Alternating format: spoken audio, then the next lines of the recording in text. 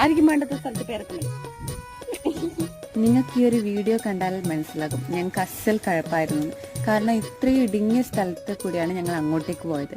ഇതിപ്പോൾ നിങ്ങൾ കാണുന്നത് ഇങ്ങോട്ടേക്ക് വരാനുള്ള സാഹസപ്പാടാണ്. ഞങ്ങൾ അഡ്വഞ്ചറസ് എടുക്കാൻ നോക്കിയതാണ്, പക്ഷേ ആരുടെ കൃപ കൊണ്ടാണ് ഞങ്ങൾ കരക്കെത്തിയത്. ഇതിനൊക്കെയാണ് പറയുന്നത് അസൽ കഴപ്പെന്ന്. പിന്നെ ഈ ബ്യൂട്ടിഫുൾ ആയിട്ടുള്ള പ്ലേസ് കണ്ടാൽ ആർക്കാണ് പോകാൻ തോന്നാത്തത്? ഞങ്ങളങ്ങനെ ആരുടെ കൃപ കൊണ്ട് കരക്കെത്തി. ഒരു കാടും പടക്കം കഴിഞ്ഞു വരുന്നുണ്ട്.